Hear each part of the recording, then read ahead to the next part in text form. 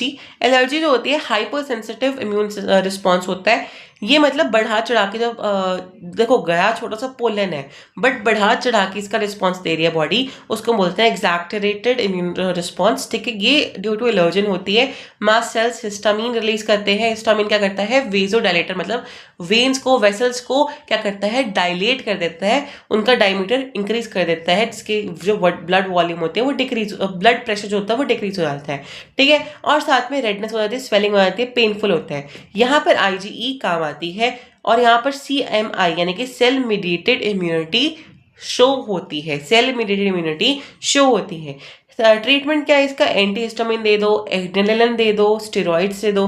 ठीक है, auto immunity क्या होती है, जब खुद की बॉडी खुद पे ही अटैक करने लग जाए, when body immune system starts killing cell, जैसे कि रिमेटॉइड आर्थराइटिस जो कि इन्फ्लेमेशन ऑफ जॉइंट्स होती है, माइस्थेनिया ग्रेविस हो गया, आईडीडीएम हो गया, मल्टीपल स्क्लेरोसिस हो गया, एससी हो गया यानी कि सिस्टमिक ल्यूपस एरिथ्रोमास्टोसिस। ठीक है, या ग्रेव्स डिसीज हो गया। ठीक है, ग्राफ्ट रिजेक्शन वो होती है कि जब तुम्हारी बॉडी जो है वो दूसरे का ऑर्गन, को पता है कि दूसरे का ऑर्गन है ये, तो वो उसको रिजेक्ट करने की कोशिश करेगी, उसका खुद का नहीं है तो उसको रिजेक्ट करने की कोशिश करेगी, तो इसको बोलते हैं ग्राफ्ट रिजेक्शन। ये भी सीएमआई होता है, सेल मीडिएटेड इम्यूनिटी का ही पार्ट होता है। यहाँ पर भी टी सेल्स आते हैं।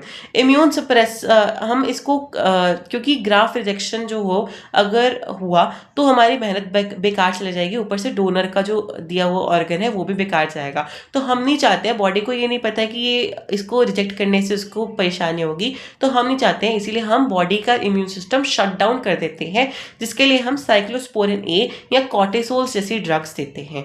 ठीक है, उसके बाद आती है बैक्टीरियल डिसीजेस। बैक्टीरियल डिसीज जैसे कि टाइफाइड डिसीज होगी, जिसको हम एंटेरिक फीवर भी बोलते हैं, एंटेरिक फीवर भी बोलते हैं, हम आगे पढ़ेंगे अभी। ये देखो, इसका कॉजल एजेंट एक बैक्टीरिया है, बैक्टीरियल डिसीज है ऑफ कोर्स, तो इसका कॉजल एजेंट क्या है, सैल्मोनेला टाइफी है। ठीक है, ये स्मॉल इंटेस्टाइन को इफेक्ट करता है। ठीक है, और साथ में क्या है, इसका मोड ऑफ ट्रांसमिशन क्या है, मोड ऑफ ट्रांसमिशन है contaminated food and H2O। Symptom क्या है, फीवर हो गया, फीवर को ही हम एंटेरिक बोलते हैं। ठीक है, उसके बाद एब्डोमिनल पेन हो